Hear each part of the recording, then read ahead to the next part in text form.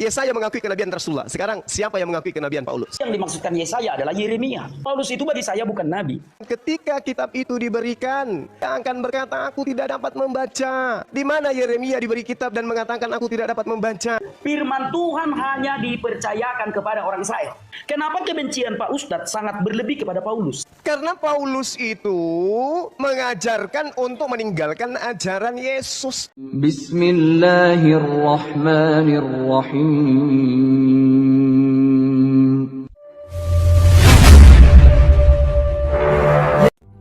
Jangan lupa klik subscribe, like, dan lonceng notifikasi.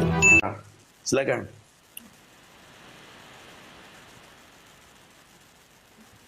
Lanjut. Assalamualaikum warahmatullahi wabarakatuh. Kurunda semua. Ya, temanya adalah Tuhan mana yang benar menurut Bible dan Al-Quran. Oke, anak Batak dulu, silakan. 2 menit. Oke, baik. Ya. Oke, sekarang kita ke tema Tuhan mana yang benar. Tuhan yang benar itu ya Tuhan yang diberitakan oleh para nabi. Gitu ya. Bukan yang diberitakan nabi. Nah, terkadang kawan-kawan, kita tidak bisa membedakan para nabi dengan nabi. Itu ya. Kalau para nabi yang memberitahukan, artinya ada beberapa nabi. Tapi kalau nabi cuma satu orang yang memberitahukan bahwa dia menerima firman Tuhan, ya tentu saja aku tidak mau mempercayainya. Namanya juga cuma satu orang. Tetapi kalau para nabi, banyak nabi yang memberitahukan tentang Tuhan itu, barulah patut kita percayai. Itu yang pertama. Yang kedua, kita harus melihat dulu kelakuan si penyampai firman ini. Gitu ya. Apa yang dia lakukan sebelum dia menerima firman Tuhan, kita harus tahu dulu. Jangan asal kita percayai orangnya. Dia mendapatkan firman Tuhan itu dari mana, apa yang dilakukannya, kita harus tahu dulu. Nah, jadi itu kriterianya agar kita mempercayai Tuhan yang benar. Jangan asal percaya aja. Gitu ya. Nah, yang pertama tadi, masih ada waktu. Yang pertama tadi, Tuhan ini harus diberitakan banyak nabi. Nggak boleh cuma satu nabi aja. Yang kedua, nabi yang memberitahukan firman Tuhan ini harus kita cek apa yang dia lakukan. Contoh, kalau dia bertapa, pulang bertapa ngaku dapat firman Tuhan, ya aku nggak mau mempercayainya. Masa nabi yang pulang bertapa aku percaya mendapat firman dari Tuhan? Nah, gitu ya. Oke, silakan. Silakan Bang Zuma, 2 menit. Oke, baik. Jadi saya pegang kata-kata beliau yang harus mengatakan nabi itu harus lebih dari satu. Di dalam Al-Quranul Karim jelas sekali diterangkan terkait dengan Rasulullah Muhammad SAW. Bismillahirrahmanirrahim. Madalla sahibukum wa ma gawa. Kawanmu Muhammad tidaklah sesat dan tidak pula keliru. Lalu kemudian di dalam Al-Quran juga diterangkan bahwasanya Allah mengambil janji ya di antara para nabi di masa praeksistensi. Pada saat kemudian para nabi ini diambil janjinya oleh Allah, dikatakan apakah kalian kemudian bersaksi akan demikian itu, bahwa aku akan mengutus seorang nabi yang kelak mengajarkan segala sesuatu kepada seluruh umat manusia. Maka semua nabi pada masa eksistensi itu menyatakan iya. Itu jelas. Lalu Allah mengatakan, Bismillahirrahmanirrahim, wa iz ahazallahu mitsaqa bani kanabiyyin lama ataitum min kitab wa hikmah thumma ja'akum rasulun musaddiqul lima ma'akum la tu'minunna bi wa la tansurunna qala aqrartum wa akhadhtum ala zalikum isri qalu aqrarna. Jadi seluruh para nabi di masa praekstensi manusia dan kenabian, mereka sudah berjanji dan sudah berikrar bahwa mereka percaya akan datangnya sosok nabi bernama baginda Rasulullah Muhammad SAW. Itu yang pertama. Nah, kita lihat nubuatan demi nubuatan itu tertorehkan di dalam kitab-kitab terdahulu tentang Nabi Muhammad SAW. Nanti kita akan buktikan. Saya ada satu kemudian mengawali pertanyaan kepada anak Batak. Kisah para Rasul 13 nomor 1, Saulus disebut nabi di sana. Tolong tunjukkan nabi mana yang pernah mengatakan Saulus itu nabi. Silakan. Oke, baik. Aku sebenarnya nggak mau membahas Al-Quran ya, tapi karena Ustadz tadi membawa, oke. Sekalipun dari 30 juz, Pak Ustadz mengatakan Rasulullah itu adalah Nabi, 30 juz ini kan dari dirinya sendiri. Kan cuma dia yang tahu apakah dia berdosa atau enggak.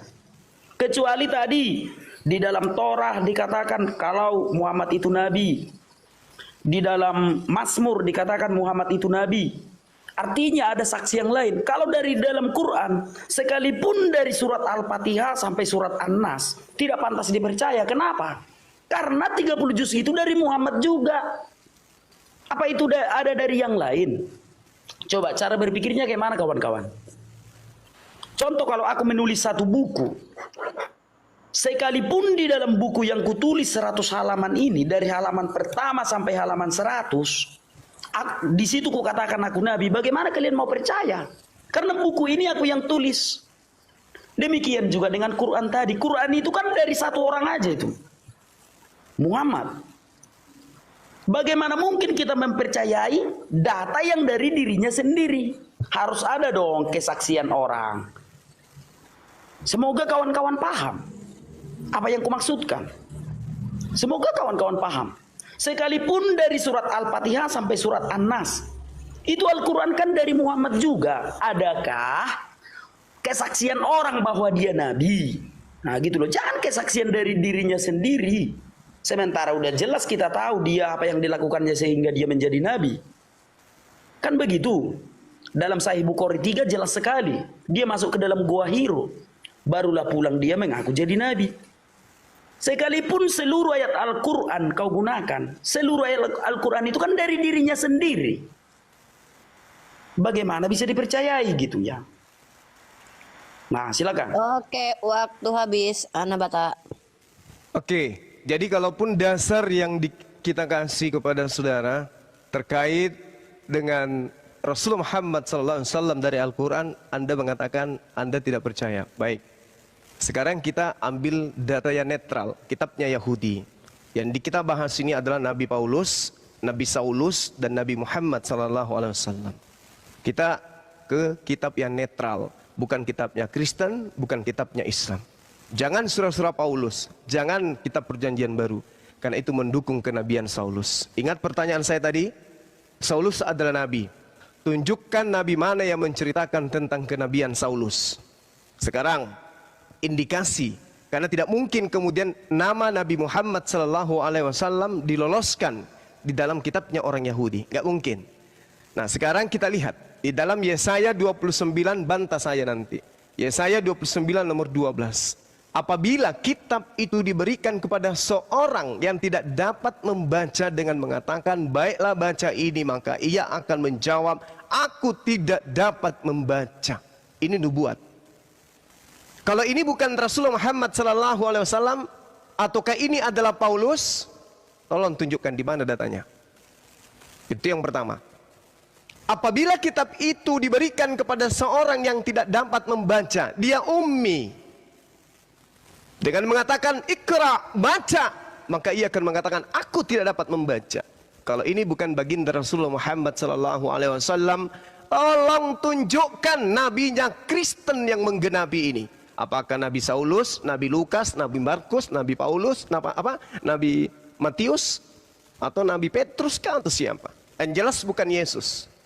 Nah, sedangkan di kitab saudara Kisah Para Rasul 13, Saulus masuk daftar nama-nama Nabi. Namanya Saulus. Ingat, ini dengan kata lain, Yesaya mengakui kenabian Rasulullah. Sekarang siapa yang mengakui kenabian Paulus? Saulus, silakan. Oke, baik. Nah, sekarang aku akan memberitahukan bahwa yang dimaksudkan Yesaya adalah Yeremia. Coba kita baca di dalam Yeremia 1 ayat 5. Sebelum aku membentuk engkau dalam rahim ibumu, aku telah mengenal engkau, dan sebelum engkau keluar dari rahim kandungan, aku telah menguduskan engkau, aku telah menetapkan engkau menjadi nabi bagi bangsa-bangsa. Di dalam kandungan tentu saja dia belum bisa membaca. Dia sudah dipilih Tuhan. Nah, kenapa dia bisa menjadi penyampai firman Tuhan? Karena Tuhan sudah menguduskannya. Yeremia 1 ayat 5. Itulah yang dimaksudkan di dalam kitab Yesaya itu. Karena kenapa? Firman Tuhan hanya dipercayakan kepada orang Yahudi. Kalau Pak Ustadz tadi mengatakan nubuatan Yesaya itu adalah untuk Rasulullah SAW, firman Tuhan enggak dipercayakan sama orang Arab. Firman Tuhan itu hanya dipercayakan kepada orang Yahudi, orang Israel.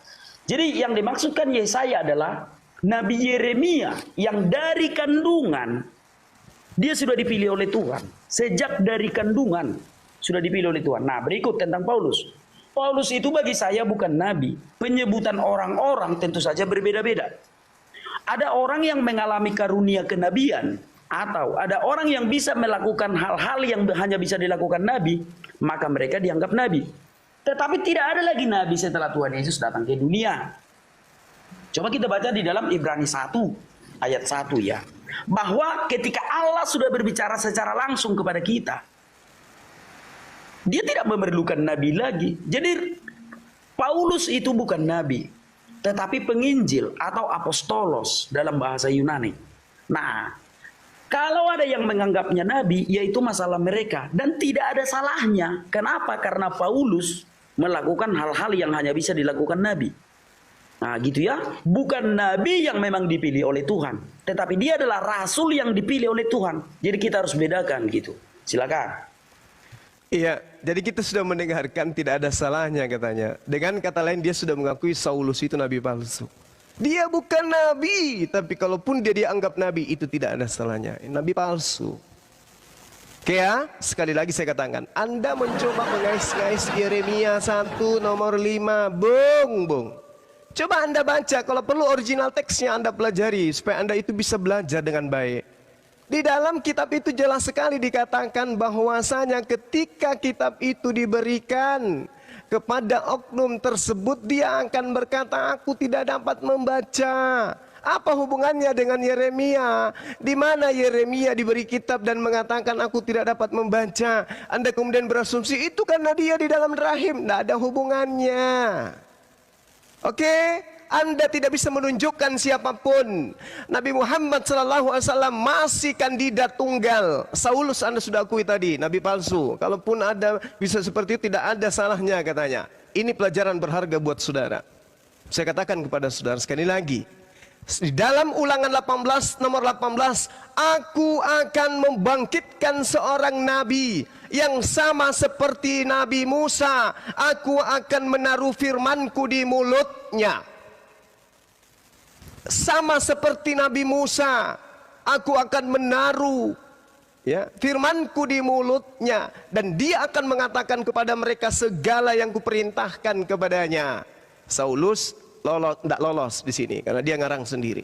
Nah sekarang kalau itu Anda katakan Saulus atau siapapun itu dari Israel, Tuhan sudah menggariskan Ulangan 34 nomor 10.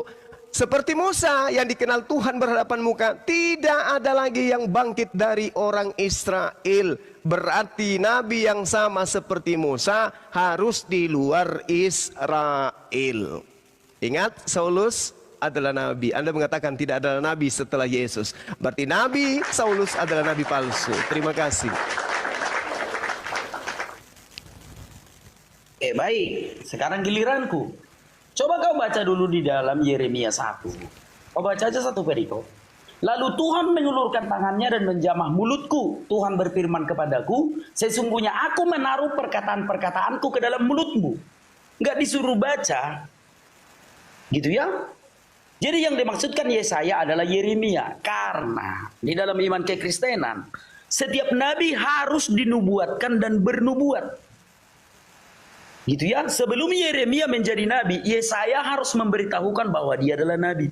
Demikian juga dengan Elisa. Sebelum Elisa menjadi nabi, Elia sudah memberitahukannya sebagai penggantinya. Gitu ya. Dan satu yang perlu Pak Ustadz ketahui, Bapak nggak usah memaksakan. Firman Tuhan hanya dipercayakan kepada orang Israel. Firman Tuhan nggak boleh kepada orang Batak, orang Cina, nggak boleh. Harus kepada bangsa Israel. Gitu ya. Itu nggak bisa lepas dari iman. Nah, semoga Pak Ustadz paham. Musa berkata, dari tengah-tengah saudaramu, kata Musa. Nggak boleh dari orang Batak, nggak boleh dari orang Cina, nggak boleh dari orang Arab. Firman Tuhan hanya dipercayakan kepada keturunan Yakub. Nah, semoga Bapak paham. Nah, oke, 30 detik. Terkait dengan Paulus, tidak ada lagi nabi setelah Tuhan Yesus. Tidak ada, ya. Paulus itu rasul atau penginjil, sama seperti saya, pemberita firman Tuhan. Nah, Alkitab juga memberitahu kami ciri-ciri nabi palsu. Artinya kalau ada orang yang mengaku nabi, kami bisa memverifikasinya. Contoh perkataan Tuhan Yesus di dalam Matius 24 ayat 26. Nabi palsu itu berasal dari padang gurun dan mengajarkan ada Allah di dalam bilik. Jadi kalau ada nabi yang dari padang gurun dan mengajarkan bilik, bagi kami itu nabi palsu. Itu iman kekristenan gitu. Silakan. Oke, baik. Jadi Anda mengulang kesalahan 2 kali dengan mengatakan tidak ada lagi nabi setelah Yesus. Kubacakan ya, supaya Anda itu sedikit bisa memahami ilmu, supaya jangan cuma besar mulut tapi ilmu nggak ada. Gini, anak Batak. Kisah para pewarta 13 nomor 1. Pada waktu itu di jemaat Antioquia ada beberapa nabi. Nabi di dalam bahasa Yunani itu profetes. Ada beberapa nabi dan pengajar. 1. Barnabas, Simeon, Lukias, Menahem, dan Saulus. Ketampar enggak Anda itu? Ini nabi-nabi nih. Setelah Yesus masih ada nabi nih. Tapi memang nabi palsu. Kenapa? Karena Saulus inilah yang menuliskan cerita-ceritanya 14 kitab di dalam bilik. Rasulullah Muhammad SAW tidak pernah menulis di dalam bilik. Dia tidak pernah bertemu dengan Mesias di bilik. Nabi palsu itu mengaku bertemu Mesias di padang gurun. Siapa yang pernah bertemu Yesus? Yang pernah mengaku bertemu Yesus siapa? Nabi Muhammad tidak pernah bertemu di padang gurun dengan Yesus. Saulus sang nabimu pernah bertemu dengan Mesias pada saat dia ke Damsyik. Belum lagi dia menulis 3 kitab di dalam bilik. Bilik apa? Bilik penjara. Rasulullah mana ada pernah menulis? Rasulullah mana pernah dia bertemu dengan Mesias? Saulus setiap saat selalu mengaku menerima Injil dari Yesus pada saat dia di bilik penjara. Terpenuhi kan? Padang gurun, Saulus. Bilik, Saulus. Bertemu dengan Mesias, Saulus. Kena. Anda juga mengaku tidak ada nabi setelah Yesus. Nabi Saulus ada di Kisah Para Pewarta 13 nomor 1. Belajar lagi. Oke. Ya, tentu saja jelas sekali ya. Jelas sekali dikatakan di dalam Matius 24 ayat 26. Ini perkataan Tuhan Yesus loh. Bahwa penyesat itu akan datang, nabi-nabi palsu akan datang. Jadi apabila orang berkata kepadamu, lihat ia di padang gurun, jangan kamu percayai. Lihat ia di dalam bilik, jangan kamu pergi ke situ. Paulus enggak pernah menyuruh kami mengelilingi bilik. Mana ada orang Kristen yang pernah mengelilingi bilik ke padang gurun? Enggak pernah, Bang. Gitu ya. Jadi abang harus bisa membedakan. Sekalipun abang bikin bilik itu penjara atau kamar tidur kek, atau rumah kayak bilik itu, tetapi Paulus tidak pernah mengajarkan kami untuk mengelilingi bilik. Lalu siapa nabi dari padang gurun yang menyuruh mengelilingi bilik? Ya aku nggak tahu. Aku nggak mau menyebutnya. Aku nggak tahu siapa itu. Kalian aja cari sendiri siapa nabi dari padang gurun yang mengelilingi bilik. Orang Kristen nggak ada tuh percaya nabi dari padang gurun. Orang Kristen nggak percaya itu ada bilik yang harus disakralkan. Gitu loh. Nah, oke. Sekarang kita kembali kepada Paulus. Paulus itu pemberita firman Tuhan, sama seperti saya. Paulus itu tidak lebih tinggi hakikatnya daripada saya. Dia manusia biasa yang dipercayakan untuk memberitakan firman Tuhan. Karena perintah Tuhan Yesus di dalam Matius 28 ayat 19 itu. Jadikanlah seluruh bangsa muridku, baptislah mereka atas nama Bapa dan Putra dan Roh Kudus. Jadi Paulus itu penginjil. Kalau orang menyebutnya nabi, ya nggak masalah. Yang penting dia bukan nabi, karena setelah Tuhan Yesus tidak ada lagi nabi. Orang udah selesai. Sama seperti saya contohnya. Ketika saya memberitakan Injil, Ada orang sakit saya doakan sembuh. Maka ada orang yang menganggap saya nabi. Silakan saja, nggak masalah kalau anggapan orang. Tetapi kalau saya sendiri mengatakan saya nabi, tentu saja itu tidak pantas untuk dipercaya. Nah, semoga Pak Ustadz paham. Silakan Pak Ustadz. Ini yang ketiga kalinya Anda mengakui Paulus Saulus itu nabi palsu. Jadi gini, Bung. Matius 24 nomor 26 itu, coba kamu sedikit belajar bahasa Yunani deh. Supaya kamu itu enggak tertipu selamanya sampai mati oleh lai. Di dalam kitabmu itu dikatakan, jadi apabila orang berkata kepadamu, lihat Amy, aku Yesus ada di padang gurun, aku Yesus ada di dalam bilik, jangan kau percaya. Sejak kapan Nabi Muhammad SAW pernah mengaku bertemu dengan Yesus? Di situ tertulis jelas, Amy, aku. Siapa yang berkata? Yesus. Aku Yesus berkata kepadamu, ketika ada orang berkata, aku Yesus ada di padang gurun, aku Yesus ada di dalam bilik, jangan kamu percaya. Oke? Jadi ketika saudara membawa orang Islam pergi ke Mekah muter, tak ada hubungannya.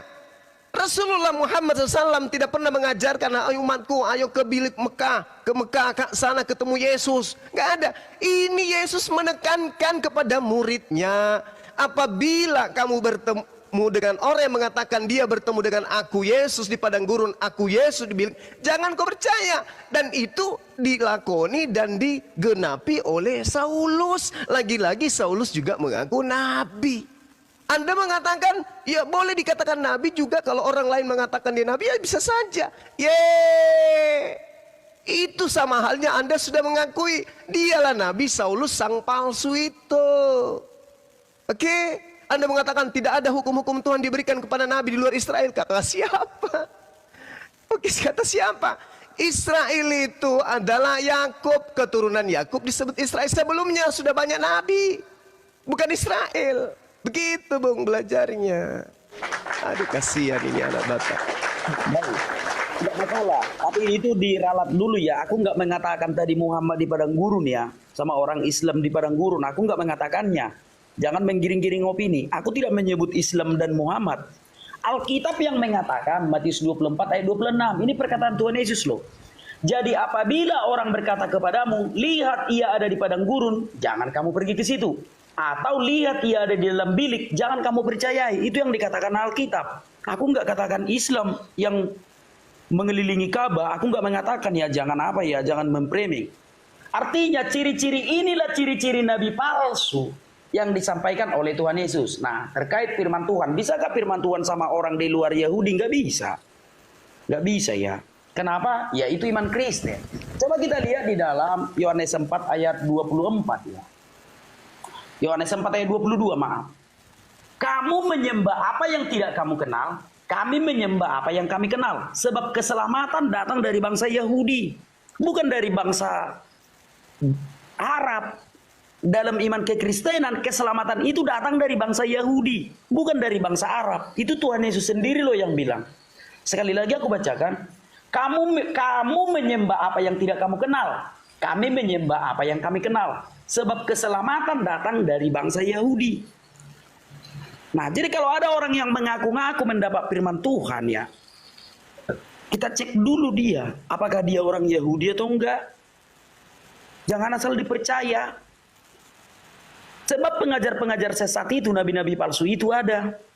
Dalam Galatia 1 ayat 8 dan 9 contohnya. Sekalipun dia malaikat, terkutuklah dia. Jangankan manusia, sekalipun malaikat yang memberitakan Injil yang berbeda, melanggar perintah Tuhan Yesus. Contoh ketika Tuhan Yesus berkata, baptislah mereka atas nama Bapa dan Putra dan Roh Kudus. Itu kata Tuhan Yesus. Lalu ada orang yang mengaku mendapat firman Tuhan berbeda, terkutuklah dia sekalipun dia malaikat. Gitu. Silakan Pak. Iya. Jadi gini saudara anak Batak. Jadi apabila orang berkata kepadamu, lihat, iya di situ Yesus. Amy, aku. Oke? Saya ulang lagi. Jadi apabila orang berkata kepadamu, lihat, Yesus ada di padang gurun, jangan kamu pergi ke situ. Atau lihat, Yesus ada di dalam bilik, janganlah kamu percaya. Siapa rek yang pernah mengaku bertemu Yesus di padang gurun? Siapa? Siapa yang pernah mengaku bertemu Yesus dalam bilik? Siapa? Hah? Siapa? Coba fokus dulu lah. Terus kemudian Anda membawa Yohanes 4:22. Bung, Yohanes 4:22 itu perkataan Yesus kepada muridnya Bani Israel. Bukan kepada Roma yang kelak mengajarkan Kristen. Bukan.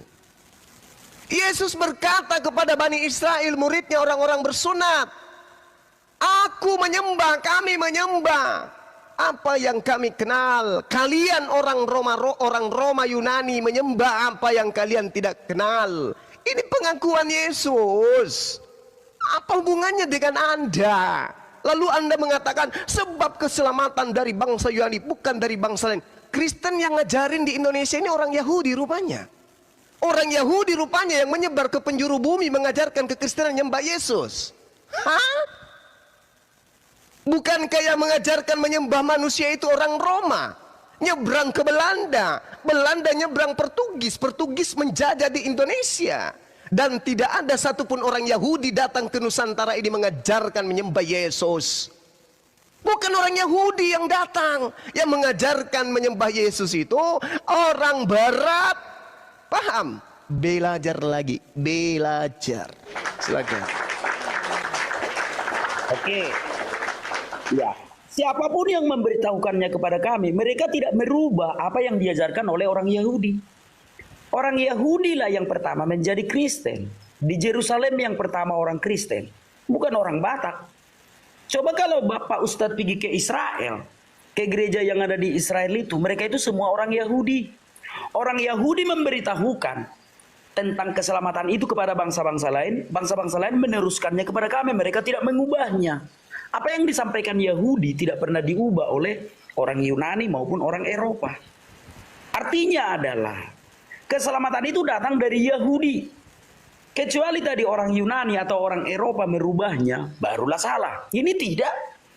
Orang Yahudi yang ada di Yerusalem, yang Kristen, percaya Yesus Allah. Orang Batak yang mendapatkan kabar baik itu dari orang Eropa, percaya Yesus Allah. Artinya tidak ada yang berubah. Makanya dikatakan keselamatan itu datang dari bangsa Yahudi. Sebab Yahudi lah mula-mula yang menjadi orang Kristen sampai sekarang di Yerusalem. Coba kita pergi ke Yerusalem, ke gereja itu. Orang Kristen itu semua orang Yahudi. Campur, udah ada sekarang orang Arab yang jadi Kristen. Oke, kita nggak membicarakan orang Arab. Artinya memang benar keselamatan itu berasal dari orang Yahudi. Nah berikutnya, kenapa kebencian Pak Ustadz sangat berlebih kepada Paulus? Sementara Paulus adalah seorang penginjil. Dia manusia biasa sama seperti kita. Apakah ada tanda-tanda yang tidak lazim bagi dia? Apakah Paulus pulang bertapa dulu baru mengatakan mendapat firman Tuhan? Kan tidak. Kecuali tadi Paulus bertapa dulu 1 bulan baru mengaku mendapat firman Tuhan. Ya itu tidak pantas dipercayai. Paulus kan bukan pulang bertapa. Dia mengalami perjumpaan spiritual dengan Tuhan. Pantaslah kita percayai. Ada saksinya. Kecuali tadi dia pulang bertapa mengaku mendapat firman Tuhan. Itu yang baru ditolak gitu loh. Silakan Pak Ustadz. Iya. Karena Paulus itu mengajarkan untuk meninggalkan ajaran Yesus dan ajaran Tuhannya Yesus. Ibrani 6 nomor 1, sebab itu marilah kita tinggalkan hukum-hukum pertama dari ajaran tentang Yesus dan beralih kepada perkembangannya yang penuh. Janganlah kita meletakkan lagi dasar pertobatan dari perbuatan-perbuatan yang sia-sia dan dasar kepercayaan kepada Allah. Disuruh tinggalkan kepercayaan kepada Allah. Paulus ajarkan tinggalkan. Ibrani 7:19, sebab hukum Taurat sama sekali tidak membawa kesempurnaan. Bullshit. Makanya orang Yahudi tidak percaya kepada agama Kristen. Anda mengatakan orang Yahudi yang percaya, yang pertama mengajarkan Kristen. Di mana Anda belajar? Orang-orang yang hidup sesaman Paulus, Galatia 2:14, orang yang tidak bersunat Romawi dan Yunani adalah orang yang hidup secara kafir. Sama seperti Anda, kafir. Kata siapa? Kata Paulus.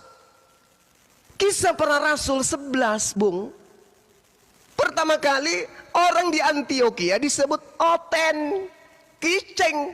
Pertama kali di Antioquia. Menyebar kemudian ke Eropa dan seterusnya. Bukan orang Yahudi yang mengajarkan itu. Jadi jangan mimpi. Di dalam kitabnya orang Kristen, jelas sekali diceritakan bagaimana orang Yahudi murka kepada Paulus, pendiri Kristen.